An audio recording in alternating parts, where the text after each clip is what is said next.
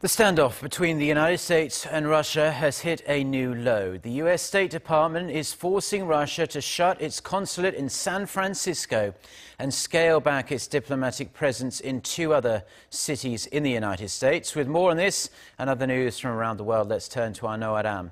So, Aram, this is the latest round of these punitive measures between the two countries, and the U.S.-Russia relations really do seem now to be at their worst point since the end of the Cold War. That's right, Mark. The tit-for-tat moves have been going on since last December, when former President Barack Obama expelled 35 Russian diplomats. This was followed by U.S. sanctions against Moscow over its 2014 annexation of Crimea and alleged meddling in the U.S. election. In retaliation, Russia reduced the number of U.S. diplomatic staff in the country by half last month, and they have until Friday to leave. But Washington is getting its revenge, with the State Department giving Moscow until Saturday to close the consulate in San Francisco and the trade missions in New York and Washington.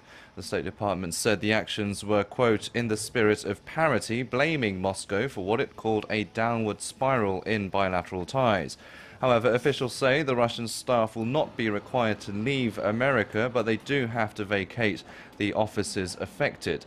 U.S. Secretary of State Rex Tillerson notified his Russian counterpart Sergei Lavrov of the move on Thursday, of which Lavrov expressed regret. Russia's foreign ministry, meanwhile, said Moscow will closely study the new measures, after which a reaction will be conveyed.